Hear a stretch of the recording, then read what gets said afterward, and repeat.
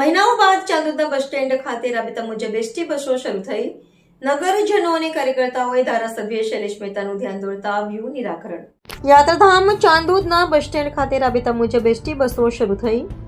નગરજનો અને કાર્યકર્તાઓએ ધારાસભ્ય શૈલેષ મહેતાનું ધ્યાન દોરતા આવ્યું નિરાકરણ. યાત્રાધામ ચાંદોદમાં પ્રવેશવાના મુખ્ય માર્ગ પર ગાયકવાડી સમયના નાળાના સમારકામને લીધે ભારદારી વાહનોની અવરજવર બંધ હોય. એસટી બસ નગરના બસ સ્ટેન્ડથી 1 કિલોમીટર દૂર સ્ટોપ થતી હોય.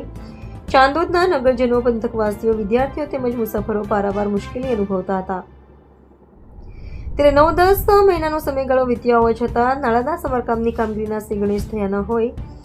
બસો નગરના મૂળ બસ સ્ટેન્ડ ખાતે આવી ન હોવાથી લોકોના સમયે નાણાંના વ્યય સાથે અસુવિધા સર્જાતી હતી.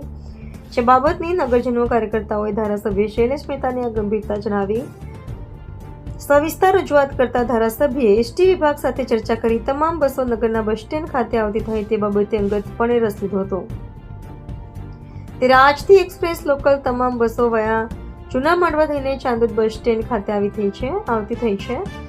ચાંદોદના બસ સ્ટેન્ડ ખાતે આજે બસ આવી પહોંચતા ધારાસભ્ય શૈલેષ મહેતાના અંગત સલાહકાર અજય મકવાણા, ચાંદોદ જિલ્લા પંચાયત ઉમેદવાર લતાબેન અંબલિયા, તાલુકા પંચાયતના ઉમેદવાર રેવાબેન વસાવા, માંડવાના સરપંચ અલ્પેશ માછી, મેહુલ સોની, નિલેશ ખત્રી, સ્નેહલ દરજી, યોગજી માછી, મેહુલ માછી, જયશ્રી જવાણી, વિરાટ જોશી, જિગ્નેશ રાણા, સોમનાથ મહારાજ સહિતના આગેવાનોને કાર્યકર્તાઓએ બસ આગમનના વધામણા કરી ધારાસભ્ય શૈલેષ મહેતાનો આભાર વ્યક્ત કર્યો હતો. આજરોજ ચાણોદ તેમજ આજુબાજુના વિસ્તારના યાત્રિકો, નાગરિકો માટે જે કેટલા વખતથી માંગ હતી કે બસ ચાણોદ રેલવે સ્ટેશનથી પાછી વળી જાય છે. બસ આજે ચાણોદ બસ સ્ટેશન આવવાનું ચાલુ થઈ ગઈ છે આજ સવારથી જ.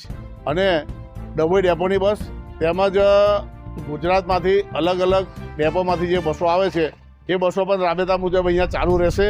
અને આ બસો ચાલુ કરવામાં અમારા દરબાવતીના પાહોદ ધારાસભ્યશ્રી ને અમે હજુ રજૂઆત જ કરી છે અને હજુ 24 કલાક થવા આવ્યા નથી અને આ બસ સેવા ચાલુ થઈ છે.